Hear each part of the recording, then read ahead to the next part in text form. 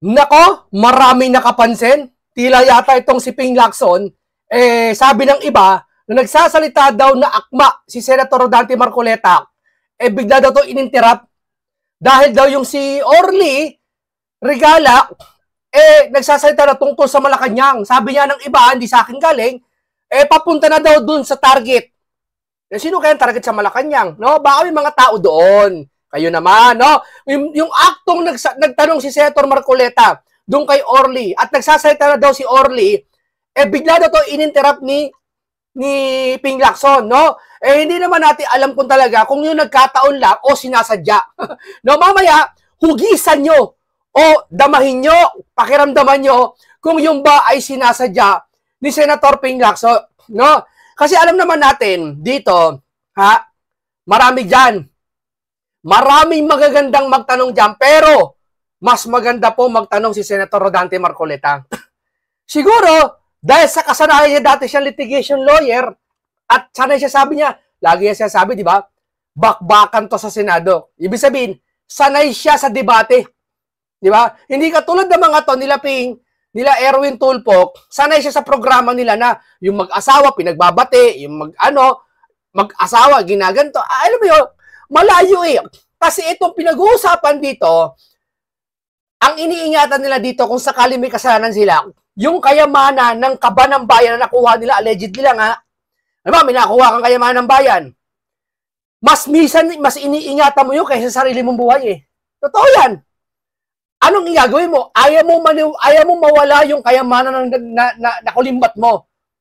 Kaya ang gagawin mo, di ba na mapahiya ka, mag-brace neck ka, mag-wheelchair ka, tumakas ka sa kulungan. Alam mo yun, huwag lang madamay ang pamilya mo at ang kayamanan na nakuha mo. Di ba?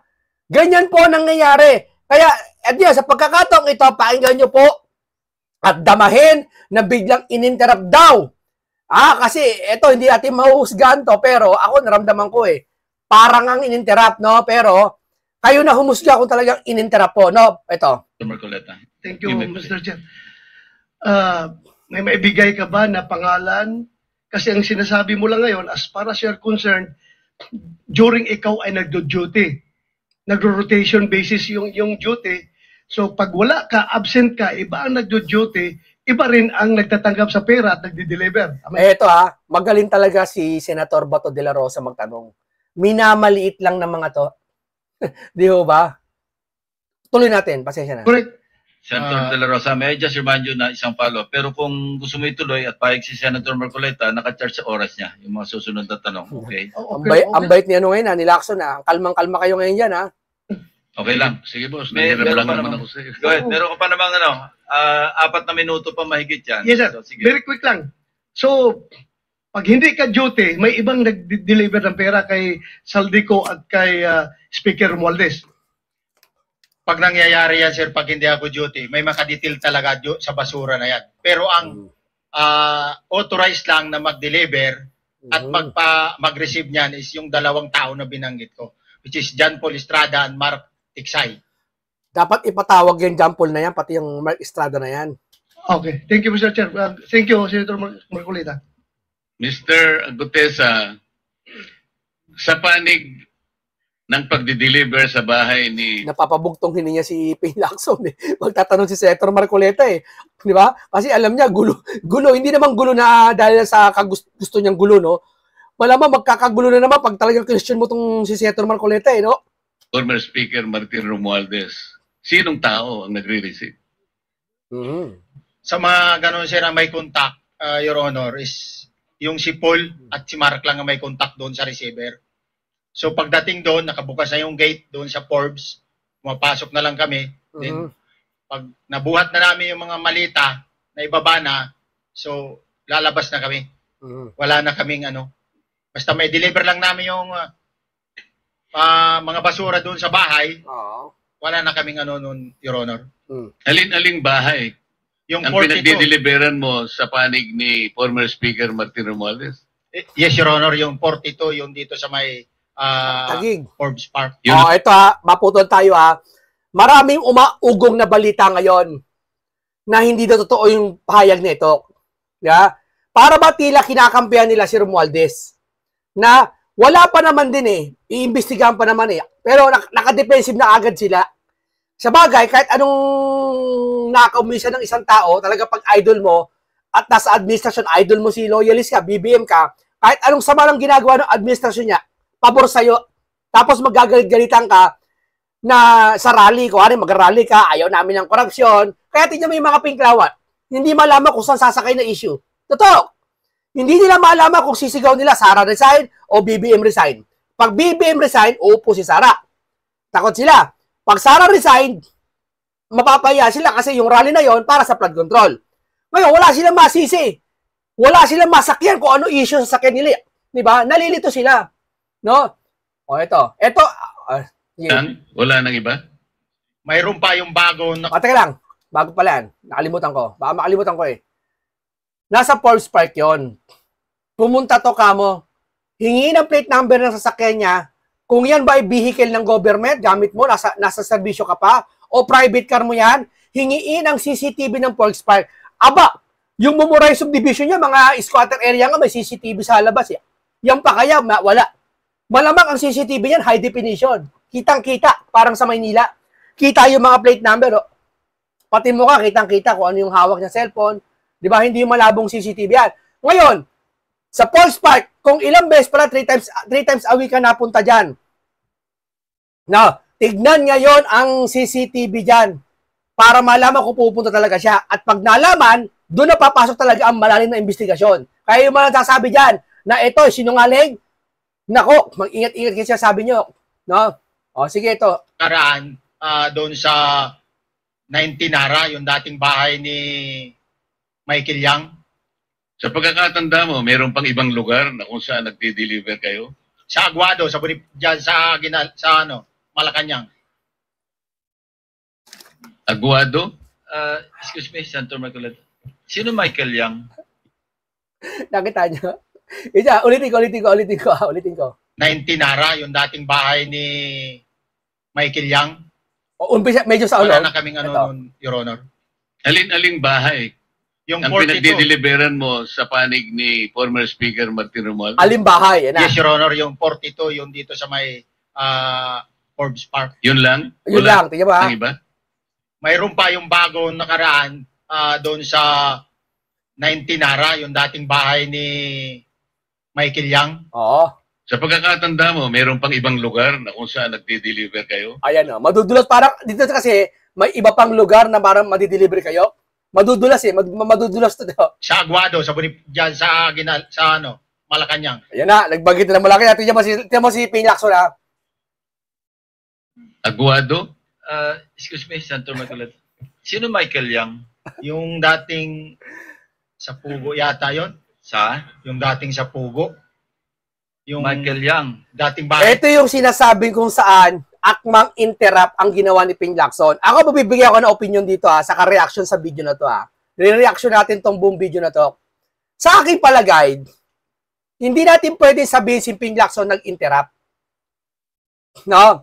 Pwede rin naman, sabi kasi napapansin kasi napakarami sa comment section, viral eh, na in-interrupt daw ni Lacson itong si Marcoleta sa pagtatanong at nababanggit niya yung Malacanang. Eh, alam naman natin pag Malacanang, eh, sino nando doon? Eh, kaysa, sabi ng iba, chismis ng iba, pero sabi din ng iba, na may insertion si Saldi, tapos si Romualdez. Hindi naman, ano yan, hindi alam ng presidente kung ano ginagawa ng mga yan. May pirma nga daw, sabi, dadaan muna yan, ikaw halimbawa sa company mo, bibili ka na lang simpleng electric pan na budget ng opisina, yung ba walang pirma ng boss mo? Alam dapat ng boss mo yun, magugulat yung boss mo, kayo ng electric pan yan. Maliban na lang kung sarili mong personal mong pera binili doon. Gets nyo? Ay, sa iba yan, binili mo yan, o sige, pero pag pera ng opisina, pera ng company, alam dapat ng boss mo yan. Eh bakit ewan ko kay Junior, ba't di alam yan? O, ang sabi ng iba, baka daw tinutumbok na si Junior dito. Chismis na naman ha.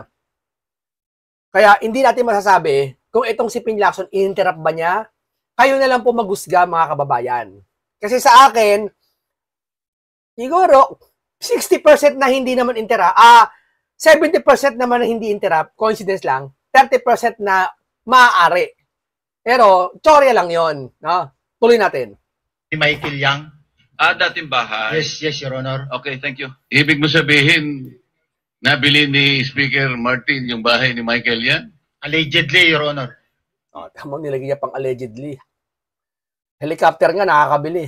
Bahay pa. Magkano lang bahay? Kung yan may 30 million, barya yan. Barya yan sa kaba ng bayan na kinuha kung sakali allegedly. Pero paano mo alam na bahay ni Speaker yun? Kasi doon na nagde-deliver yung tropa nung hindi na nagde-deliver doon sa 42, Your Honor. Ngayon, sinasabi mo meron kayong chat. Nagagamit mo yung chat para ma-monitor mo yung rate ng delivery at kung sino-sino yung nagdi-deliver? During the time nung nandoon pa ako, Your Honor. Mr. Chair, salamat po at baka meron po pong Thank you. gustong Yeah, itanong ating may mga kasama. papakita pa ako isang litrato pa, no? Identify mo lang siya. Sino yan? Mark Tiksay, Your Honor. Meron pa ba nakakakilala sa kanya? Bukod Ilagay, sabi ko nga nakaraan ilagay nyo man yung mukha ni Saldi dyan pati ni Romualdez.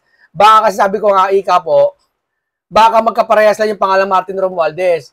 Ilagay mo rin dyan, compare mo, ito pa ba yung Martin Romualdez na sabi mo? Opo, ba't nyo ilagay dyan? Pati si Saldi ko, ya.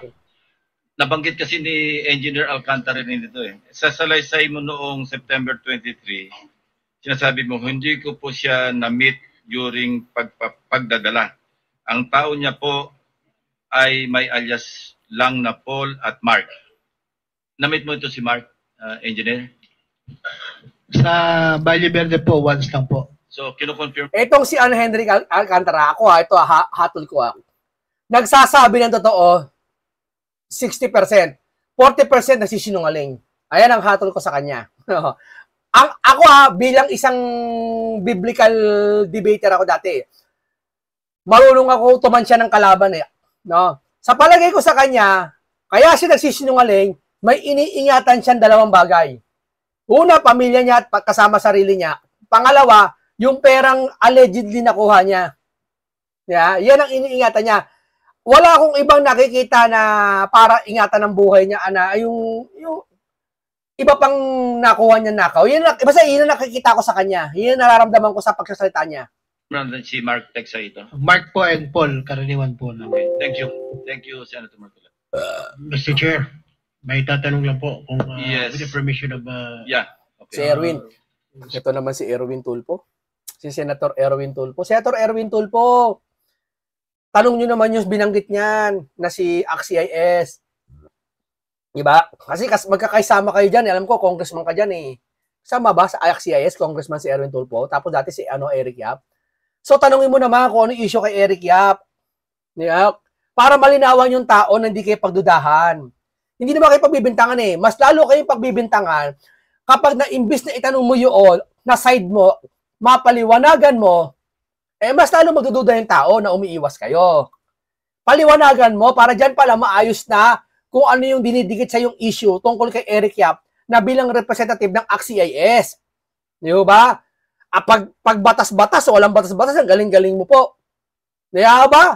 Sir, di ba? Minsan, sabi ko nga, tanungin mo rin sila. Labagin mo ang batas rules dyan sa Senado. Sabihin mo kay Chair, President, kay Ping Lacson, ako muna mag-privilege speech kahit mga 15 minutes lang. Papaliwanag kayo sa ACT-CIS. Di ba? Senator Marcoleta. Mr. Orly, sabi niyo po, 46 na maleta na nagkakalaman po ng 48 million bawat isa. Tama po ba? Based doon po sa level nung malita na nakita ko, Your Honor. Paano po nalaman ninyo na 48 million po ang laman ng bawat isa? Kasi bawat malita po, mayroon siyang post-it na nakalagay, may sign na 48. Lahat po yun may 48. Yes, Your Honor. So, yung 46 maleta, Natingin si Henry Cantra sa kaliwa, Ganun, Ibig sabihin, nag-iisip siya. 8 million ang laman ay nagkakahalaga po ng 2.2 billion. Alam niyo po ba yan? Kung 3 times a week ang Grabe. sinasabi ninyo ang delivery. Ang tindi na itong mga Based sa tao may ito. experience, doon lang ako naka-experience ng 46 nung time na yon, Your Honor. Hindi naman po every week or monthly ito. Yes, Your Honor. So at one point, yung 46 na maleta, 48 million ang laman, 46 times 48 million ay 2.2 billion. Excuse me, Senator Marcoleta, paubaya mo na sa kanya yung oras na naiwanan mo. Now, 1 minute. Tanong niya lang. Sige, okay. Talagang ingat na ingat sila kay Marcoleta, no? Sensitive si Marcoleta dyan. Mag-ingat-ingat kayo. No? 2.2 billion. Ganun po. Matino naman yan si Ping Lacson, magaling talaga investigador yan. Nga lang, Senator Ping Lacson at Senator Tito Soto, nararamdaman kasi namin, pakiramdam lang namin, hindi naman namin kayo pinaparatangan. Nararamdaman kasi sa puso namin, pananalita nyo po. Oo, patas kayo. Accountability lahat, transparency kayo. Pero, nararamdaman namin po, para pang tila yata may pitatakpan yata tayo. Di ba? Siyempre, alyansa kayo eh. Kay BBM kayo eh. Parang nararamdaman ng taong bayan nyo, kaya hindi mo maiwasan yung majority sa comment section eh. Basahin nyo. Magbasa kayo sa iba't ibang social media platform. Tignan mo. Bibihira may magkatanggol sa kanila. Hindi pa, wala pa nga ako makita. Minsan, viral na video. Kayo tinitira. Ano sinasabi nila? Huwag niyong pagtakpan ang sila Marcos o sila pinsan niya, si Romualdez. Kasi pa inaramdaman kasi hindi sila nagbabanggit ng ganyan eh. Di ba? Multiplication eh. Siguro, Your Honor, yun ang lumalabas. So one time lang po ito. One time lang po, yung time ko lang yan, nung panahon na na-identify ko si Congressman Yap, Your Honor. Alright, maraming salamat po. Thank you. Yung paghalimbawa mo, kaya mo ginawa, dahil yun ang pinakamalaki. Yes, Your Honor. Pero pangkaraniwan, dahil 3 times a week, mga ilan sa tingin mo yung karaniwang na i-deliver? Ilang maleta? Usually, pag nanggagaling na sa Horizon, na i-deliver na doon sa Forbes, minsan mayroong 15 or kaya 18 ang malita. Pero yung malalaking malita yon na nagre-rate yung bawat malita, minsan mayroong 48, may 50. Sa mga tweet, Mr. Gutes, pangkaraniwan, 15 to, Your Honor. yun ang average, pangkaraniwan. Yes, Your Honor. Yung nabanggit mong nabigla ka sapagkat malaki, 48, yun lang kay Congressman Eric Yap. Yes, Your Honor. Yun ang time na nakita ko talaga in yung ganung kabal. Okay. Yeah, grabe naman. Senator Marcoleta, kaya ka pinag-iinitan dyan sa Senado eh. Hindi na nga tinanong ni Erwin Tulfo tungkol kay Eric Yap eh.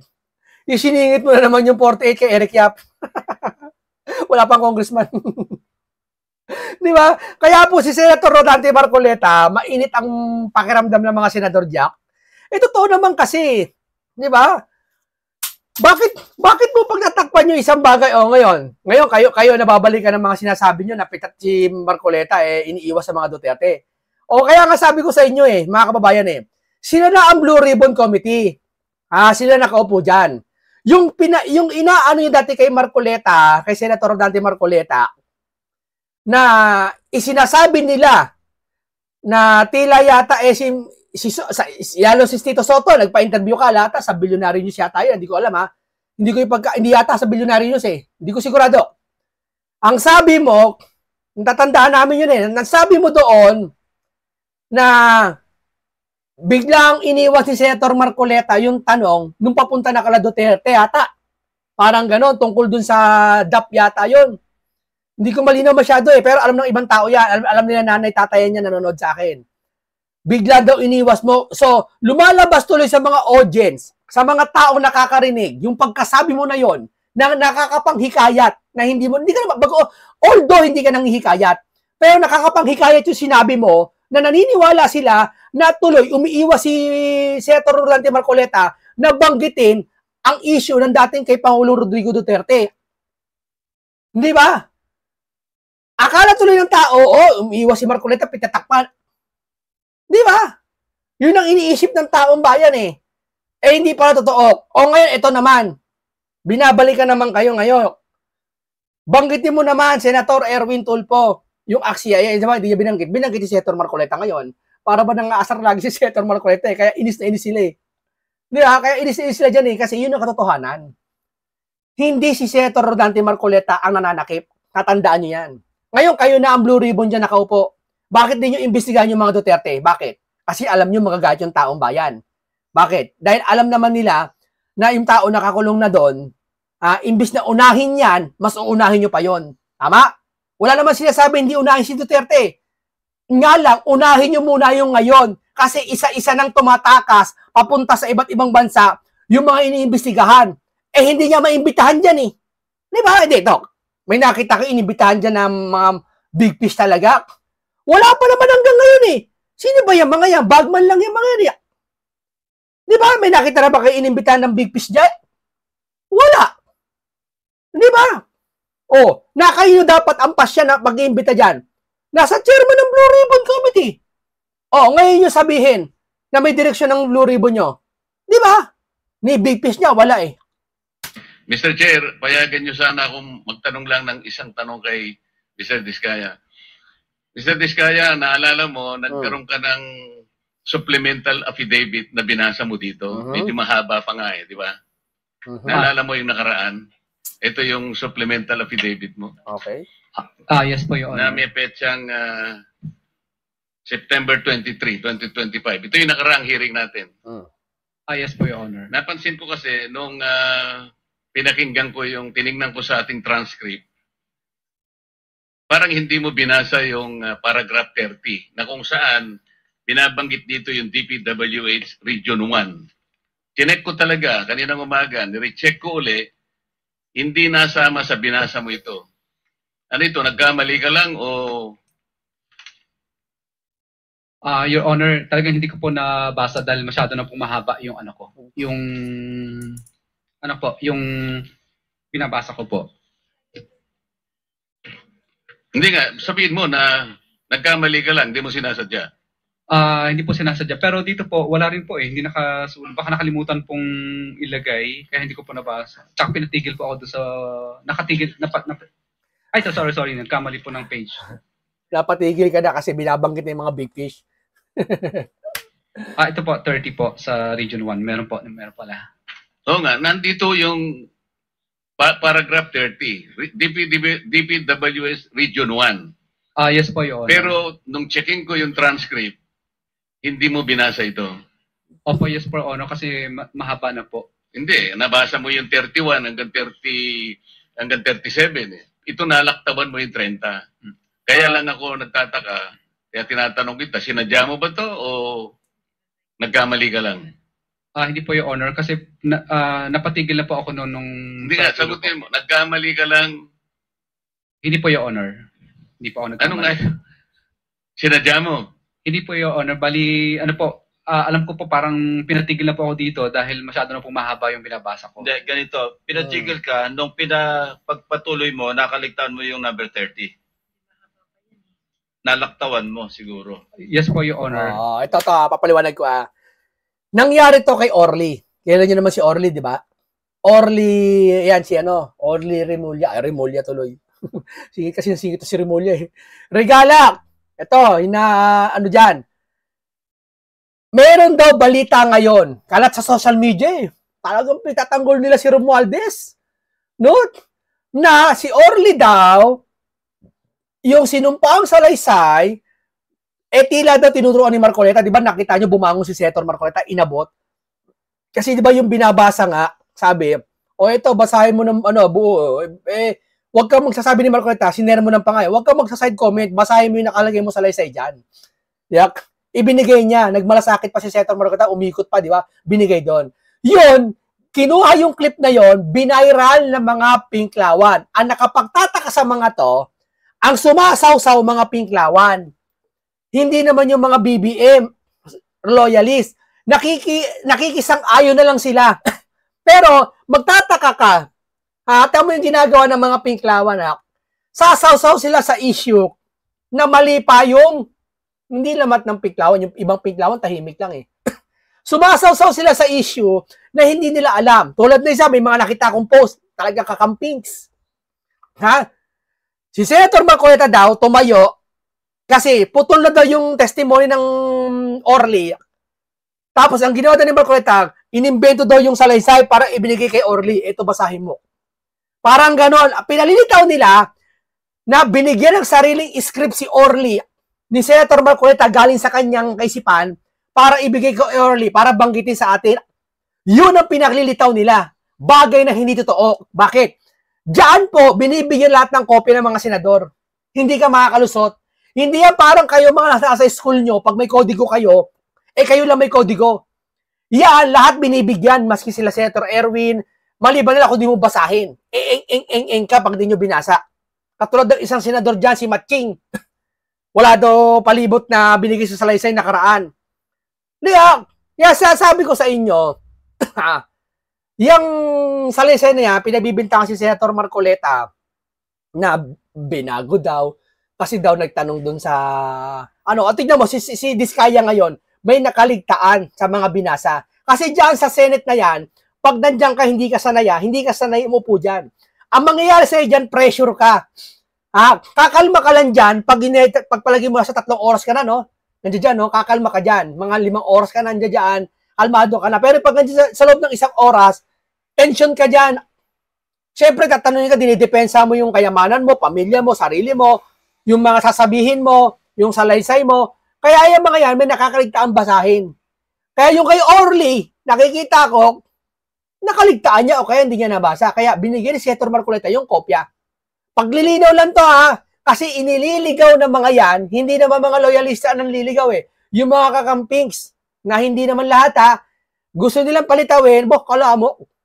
Kaya hindi mo nga alam itong mga to kung kayo sasakay na issue Kung sasakay sa BBM, sasakay sa Sara Hindi mo malaman sila kung kayo sila papanig ngayon. Ano ito? Tapos pag may nakita silang mali, pupunayin nila yun. Ang mahirap nito minsan, nakakita sila ng mali sa administrasyon, may nakita ba kayo, bakit tahimik kayo ng mga kakampings? Yung mga senador dyan na iba, bakit tahimik kayo? Na binabanggit na yung pangalan ng Romualdez, pati Saldi. Bakit di kayo nag-iingay? Pero pag Duterte, mga senador na nadamay, ang ingay nyo. Hindi, kanya, anuhin yan. Sige, anuhin yan. Litisin niya, panagutin niya, mag-rally pa yung mga mag-rally po. Sara, baba, Sara. Pero ngayon kay Romualdez, may narinig ba kayo rally dyan? Huwag nyo idahilan na may bagyo, kaya hindi kayo nag-rally. Hihintayin namin pag nawala yung bagyo, mag-rally kayo. I-rally nyo naman si Romualdez. Di ba ganyan kayo? Bakit tahimik kayo ng mga ibang kakampings, Hindi naman lahat, yung iba, kasi yung iba nakikibagay. Yung iba nakikisimpatya naman sa totoo. Yung iba hindi Ayaw nila malaman ng katotohanan kahit gusto nila. Pagkalaban nila, mali lahat 'yon. Lalo pag Duterte senators, mali lahat 'yan. Kagaya ni Senator Marcoleta, Duterte senators daw. Kahit anong sabihin ng mga katotohanan, ayaw nilang tanggapin. Kasi paniniwala nila ay Duterte 'yan. Walang sasabihin tama 'yan. Ganyan sila po mga kaipapimbabawan. Hindi lahat ng kakampings marami ang kakampings ng mga vlogger, hindi naman ganyan. Di ba? Masyado kayo nagpapakapanatiko na dyan sa nyo. Di ba? Para maliwanag lang. Hindi lang maliwanagan kasi nabanggit ko na kanina na naimungkahi ko na sana'y tawagin din si Governor Chavit Singson. Nako. Baka ka kung may connecta doon sa mo, baka ka kung sinadya mo. Ngayon, kung sasabihin mong nagkamali ka lang, tatanggapin ko yon. Ang galing na itong taong ito. Your Honor, hindi po ako nagkamali. Naalala po, hindi lang po nabasa. Okay. Salamat, Mr. Chair. Si Ping Lacson. Ang susunod po ay si Senator Risa Hontiveros. Nako, si Senator Risa Hontiveros, amo na yan. Susunod na yan. Hindi tawag si Ping Lacson. Tatawagin po si Chavit Singson. Si dating Gob. Namutla iba tao dyan. Bakit? Marami, alam yun Matandang politiko yun. Ang daming koneksyon nun. Lalo pag bilyonaryo ka po kasi, madali makakuha na impormasyon pag bilyonaryo ka. At pag mayaman ka. Yeah? Ngayon, tatawagin si Chavit Singson dyan, biglang patototohanan. Ang galing ni Senator Marcoleta magpahaging, no? Tatawagin si Senator si Chavit Singson. Kinabahan niya iba, hindi nila alam ba, hindi unexpected na babanggitin si Senator Marcoleta yon. Ganyan si Senator Marcoleta, unpredictable. Hindi mo matatansya, ano ba babanggitin nito? Hindi katulad ng mga to matatanda sa senador na to, tumanda na dyan sa mga panunungkulan sa politiko. Alam mo na gagawin Hindi to. Ika nga sabi ko nga sa larong chess, checkmate na sila. Umaga, huli na namin kayo, alam na namin mangyayari dyan. Si Senator Marcoleta lang inaabangan dyan pa magsasalita, hindi nyo ba naramdaman yon? Pag nagsasalita kayo dyan, okay. Ayan na, si Senator Marcoleta, ayan na, nakaano lahat. Eh, di ba? Si Senator Marcoleta lang inaano dyan, ang pinapakinggan dyan. Di ba? Sa hearing na yan. Di ba? Ngayon. Eto pa, bago tayo magtapos, baka makalimutan ko eh. May tatanggol nila si Romualdez. Una, hindi pa naman napapatunayan si Romualdez talaga nagkakasala. Huwag nyo muna ipaano. I-relax lang kayo dyan. Si Mama, pahiya tayo eh. Pangalawa, si Saldi, may lamang helicopter, jet plane, ang dami, $1 billion, $1 million yon. So, billion halaga sa atin nun, kulang-kulang. Wala naman siyang negosyo, alam ko eh, contractor. Hindi bagay yung naging negosyo niya doon sa binili niya. Napaka-imposible, pati si Romualdez, ang lalaki ng, di ba, may mga nabalita, may ganitong bahay, ganito. Alam mo sa isang mamahaling subdivision, sabi ko nga, hindi ka makakabili sa mamahaling subdivision, kung ang pera mo ay 1 billion lang. Kasi lupa pa lang, 600 million eh. Lupa pa lang ang iba. What if pa kaya yung bahay? O hindi 1 billion na. Ano matitirang pera sa'yo? Kung ikaw may 1 billion, bibili ka doon. Wala na. Nga ka. So, ibig sabihin, bibili ka ng bahay sa mga mamahaling subdivision, pag ang pera mo, higit sa mga 50 billion, 100 billion, ganyan. Saan kukuha ng pera yan sa maiksing panahon? Hindi nga, si Ramon Anga eh. Hindi mo nakuha nilang pera, mas mayaman pa sa pinakamayaman sa Pilipinas kay Manny Villar. Manny Villar ba? O Henry, kay Henry Sina. Sino ba mayaman sa Pilipinas ngayon? Mas mayaman pa sila, pati sila natala pinakamayaman. Hindi, tansya ko lang sorry ko lang. Ito po, maraming salamat. Isang reaction video ko po sa inyo, isang commentary ko po dito, isang paglalahad po sa inyo ng mga pagpuna sa kanila, yung mga kanilang maling ginagawa. Punahin. Pag mali, punahin. Pag tama, purihin. Diba? Isa tong pag-aaral natin, isang pag-aaral tong ginawa natin ngayon na marami kayong matututunan lagi sa akin. Diba? Salamat po ng napakarami sa inyo. No? May bago na naman tayong breaking news. No? Okay.